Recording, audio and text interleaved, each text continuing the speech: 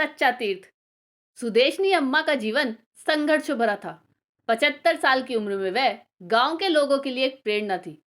उनके दो बेटे जवान होकर असमय चले गए थे और पति का भी सालों पहले देहांत हो गया।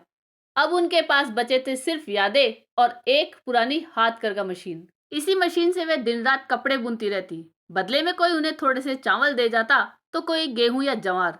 यही उनकी रोटी का सहारा था। हर गुजरते हुए व्यक्ति को वह मुस्कुराकर नमस्ते कहना नहीं भूलती। गांव के बच्चों से उन्हें बहुत लगाव था और उनके आने से वह खुश हो जाती थी। बच्चे कभी कभी शोर मचाते, कभी कभी खिलखिलाते, तो कभी अम्मा से कहानियां सुनने आ जाते।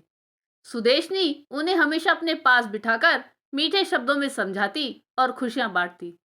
एक दिन गांव के सरपंच दिनेश बाबू गांव में एक छोटे से अस्पताल के लिए चंदा इकट्ठा करने निकले।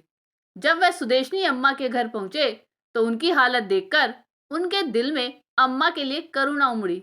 वह बोले, अम्मा, तुम्हारी हालत देखकर मन भारी हो गया है। चाहो तो मैं तुम्हें सरकारी सहायता दिलवाने की कोशिश कर सकता हूँ। तुम्हें किसी के सहारे की जरूरत नहीं होगी। सुदेशनी अम्मा के चेहरे पर हल्की मुस्कान उभरी और उन्होंने गर्व से कहा, बेटा, भगवान ने मुझे दो हाथ दिए हैं और मेरी ये हाथ करगा मशीन मेरा पेट भरने के लिए काफी है। किसी के सामने हाथ फैलाने की जरूरत नहीं।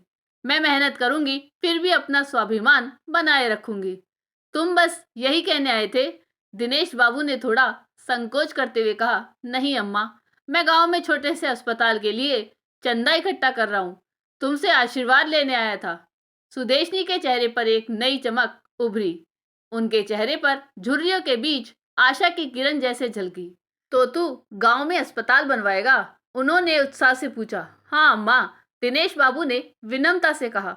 अगर आपका आशीर्वाद साथ हो तो एक दिन यह सपना जरूर पूरा होगा।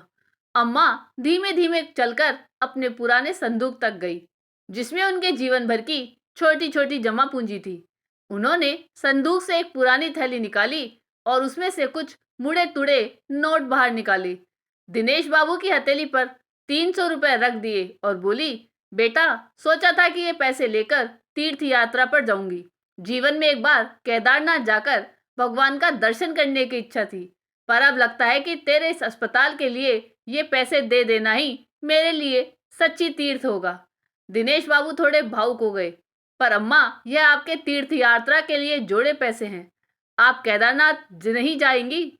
सुदेशनी अम्मा ने विनम्रता से मुस्कुराते हुए कहा, बेटा, इस गांव के लोगों की सेवा से बढ़कर कोई तीर्थ नहीं हो सकता। तुम इस अस्पताल का काम शुरू करो और यही मेरा तीर्थ होगा। मेरी मेहनत का फल इस काम में लगेगा तो मुझे केदारनाथ जाने की जरूरत नहीं। अम्मा फिर अपने काम में जुट गई, लेकिन आज उनके चेहरे पर एक संतोष था। एक ऐसा संतोष जो जीवन भर की सेवा और त्याग से मिला था। आपको ये कहानी कैसी लगी, ये कमेंट करके जरूर बताइएगा। चैनल पर नए हो तो सब्सक्राइब जरूर कीजिएगा और वीडियो को लाइक और शेयर कीजिएगा। धन्यवाद।